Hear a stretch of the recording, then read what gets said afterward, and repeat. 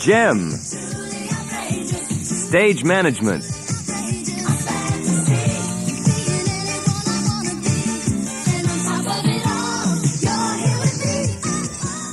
We want Gem! We want Gem! The chant from the tightly packed crowd had been going on for some minutes, as those fortunate enough to have got hold of tickets for the live concert could not contain their excitement and enthusiasm any longer. The setting was one of the most amazing and spectacular ever used by a rock band.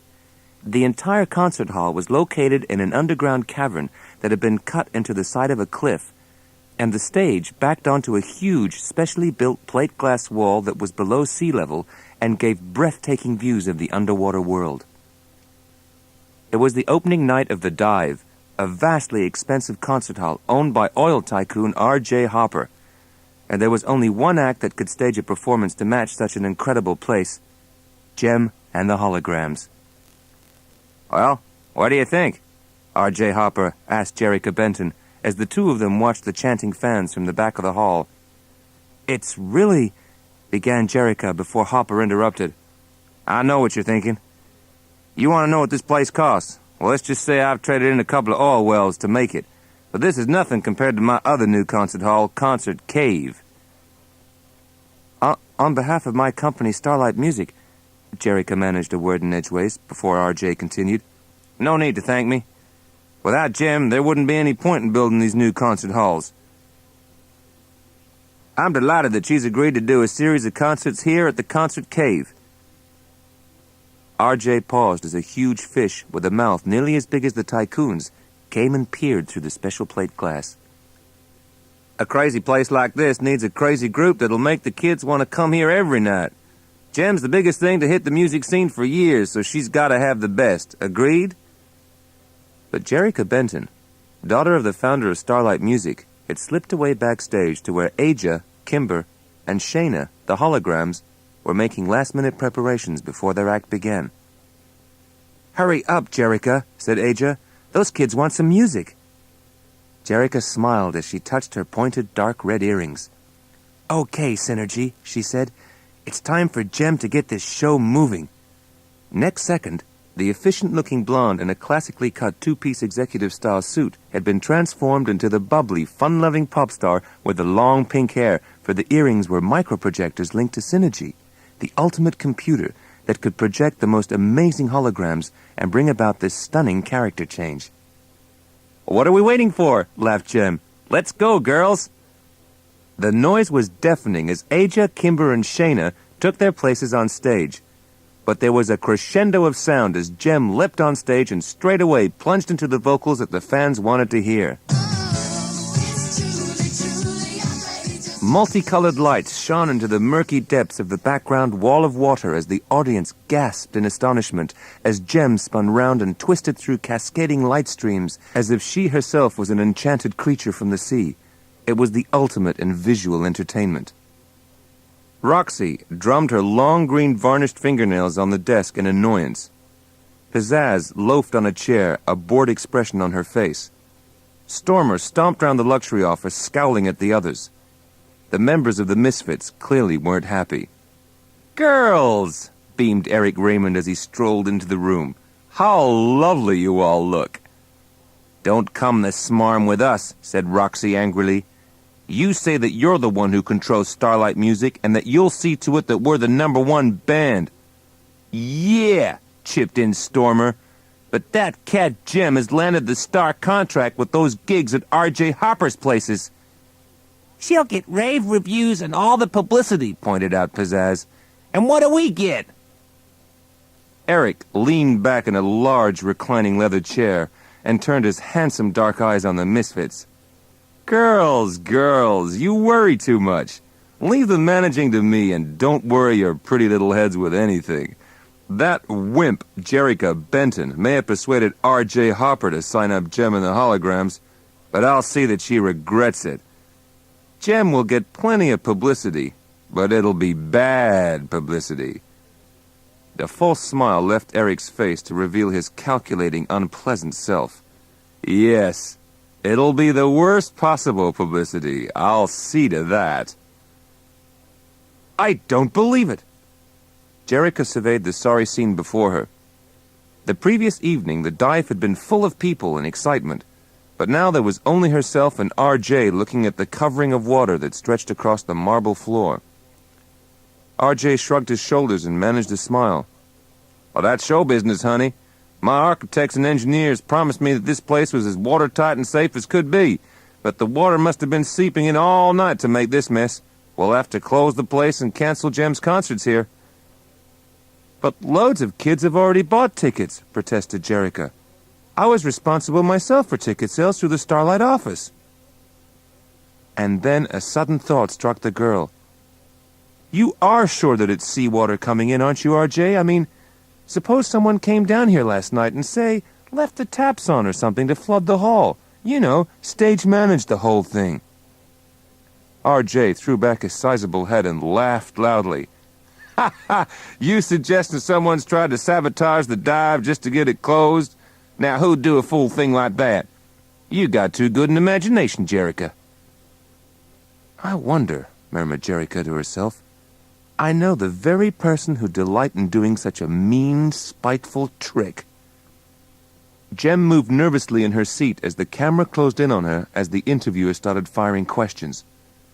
She'd handled many such TV interviews, but she didn't like this one at all. "Many people are saying that Jem and the Holograms have no concern for their fans," challenged the smart young man sitting opposite her.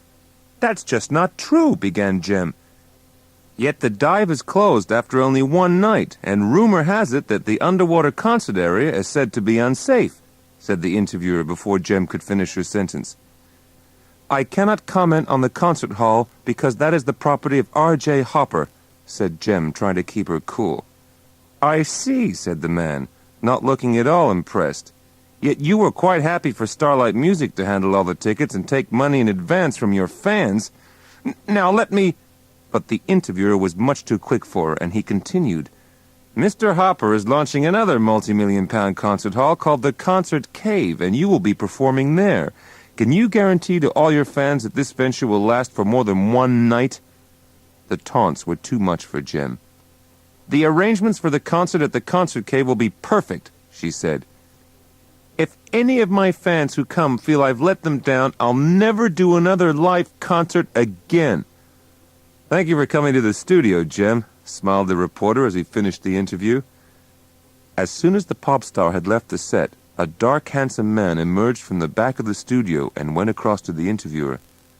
"You did well," grinned the man. "You needled her perfectly, just as I asked you to. I'll see that you get promotion for this." "That's very good of you," smiled the young interviewer. "I was glad to be of service, Mr. Raymond." The dive had been an incredible place, but the Concert Cave was really out of this world. In R.J. Hopper's vast entertainment complex, the spacious, chandeliered entrance led into a series of well-lit tunnels that crisscrossed their way down towards two huge concert halls. The concert areas were located in gigantic caverns, hundreds of feet underground, and the rough rock walls, with their spectacular stalagmites and stalactites, contrasted with the luxury seating and sophisticated lighting and sound systems. When Jem and the Holograms had first seen the concert halls, they had been speechless, except for Kimber, who managed a low whistle and to whisper, "Wow!" R.J., of course, managed to find something to talk about and explained how the tunnel passageways were like a gigantic maze in which people could actually lose their way. "But how do they find their way out?" had asked a puzzled Shayna, which caused R.J. to roar with laughter. "Ha ha! Why, it's only a bit of fun," he had explained. "The whole network is watched by a computer, which can send out holograms of direction arrows to guide people where they want to go." Jerica was still thinking about that conversation as she watched the crowd start to come in for the opening night. She could hear the laughter of groups of people as they made their way into the maze of tunnels, and the squeals of glee when they realized that they had lost their way. Jerica was uneasy, however. Eric Raymond had insisted on attending, and he was being polite, charming, and friendly. That was when Jerica least trusted him. It seemed that there was a never-ending stream of ticket holders coming through the doors. Jerica was trying to count the numbers as they flocked in. She had personally supervised ticket sales from Starlight Music, but surely there hadn't been so many tickets for seats at the concert. RJ joined them. "What do you think?" he asked, and then added without waiting for a reply, "Great, isn't it?" At that moment, a worried-looking doorman came over to RJ. "Something's gone badly wrong," he said. "There are too many people with tickets. They won't all be able to get seats in the concert hall. People won't be happy when they discover that they've paid to see Jem and won't be able to." "You organize ticket sales," RJ said accusingly to Jerica. "Well, you've made a real foul-up, haven't you? This is gonna mean real bad publicity for the concert cave." "And for Jem," added Eric smoothly. "She said she wouldn't give another live concert if any of her fans felt she was letting them down. You heard that on TV, didn't you, Jerica?" "Eric, this is your doing," Jerica turned angrily to the smiling man. "You've seen to it that the concert was overbooked. You made extra tickets and sold them without me knowing." Eric looked smug. "Jerica, darling, you have no proof of this. Now, if you'll excuse me, I can't stop. I hate crowds." "What can I do?" gurgled RJ anxiously. "I know. I can see my lawyer." And with that, the two men turned away, leaving Jerica alone to face the problem. For a few desperate seconds, she felt completely helpless. Eric had cheated her, but she was going to be left to take the blame. Suddenly, she hit on a desperate plan. It would need all Synergy's holographic skills and computer know-how, but there were 2 concert halls in the complex, and it looked like there were enough people to fill them both. Jerica's idea was so outrageous it might just work. Even Jem would have been proud of it. Eric saw to it that there was a whole army of media men waiting outside the concert cave when the audience started to come out. He wanted everyone to hear the disgruntled fans complaining how the hall had been overbooked and how Jem had let them down. But he was in for a shock. He was horrified by what the audience were saying. "Best concert I've ever seen. Jem was a knockout. The music just filled the whole of the cavern. It was superb. What a great place for a concert hall. Really magic." From inside the entrance hall, Jerica grinned at Eric's dismay. He wasn't to know that she had summoned Synergy and asked her to take control of the computer system that kept track of R.J. Hopper's maze of tunnels. Synergy had produced holograms of direction arrows so that she had skillfully managed to split the crowds into 2 groups and fill both concert halls. Then, she had produced holographic doubles of the girls and all the lighting equipment so that Jem was able to give 2 concerts at the same time. And, as Jerica had calculated, the maze of passages was so confusing that no one realized what had been going on. The fans had seen a thrilling concert, and they were going home happy and delighted. "What's happened?" asked the smiling R.J. as he appeared at Jerica's side. "Nope, don't explain," he continued without pausing to hear an explanation. "Everyone's had a good time, and that's all that concerns me. I want to thank you, Jerica. Wished I'd gone and seen the concert myself. The kids are saying that Jem was truly outrageous." "Oh, she was," began Jerica. Then she paused and smiled and said, "She was truly amazing."